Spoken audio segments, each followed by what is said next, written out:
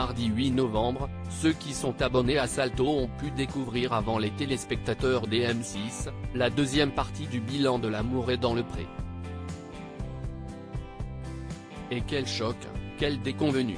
Jean et Laurence, les amoureux qui se bécotaient dans les rues de Rome dans le dernier épisode, ne sont plus ensemble. Si est en effet seul que l'agriculteur, qui avait été recalé du casting de l'émission une première fois, s'est présenté face à Karine Le Marchand. Et comme il l'a confié, cette séparation est encore toute fraîche, il n'y a pas tellement longtemps, ça fait environ 3 semaines. La mine triste, il explique ensuite qu'il ne s'y attendait pas trop.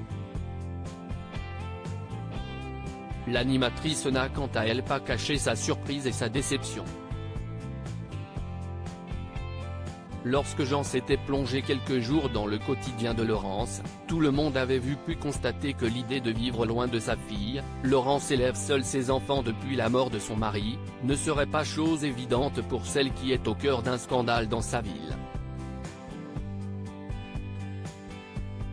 Face à Karine Le Marchand, l'homme qui avait aussi invité chez lui la mythique Nathalie, fan de Johnny Hallyday et de karaoké, confirme que c'est bien pour cette raison que Laurence a mis un terme à leur relation. Elle ne s'était pas rendue compte de la distance et du fait que sa famille allait lui manquer. En fait, elle n'avait jamais changé de département, lance-t-il.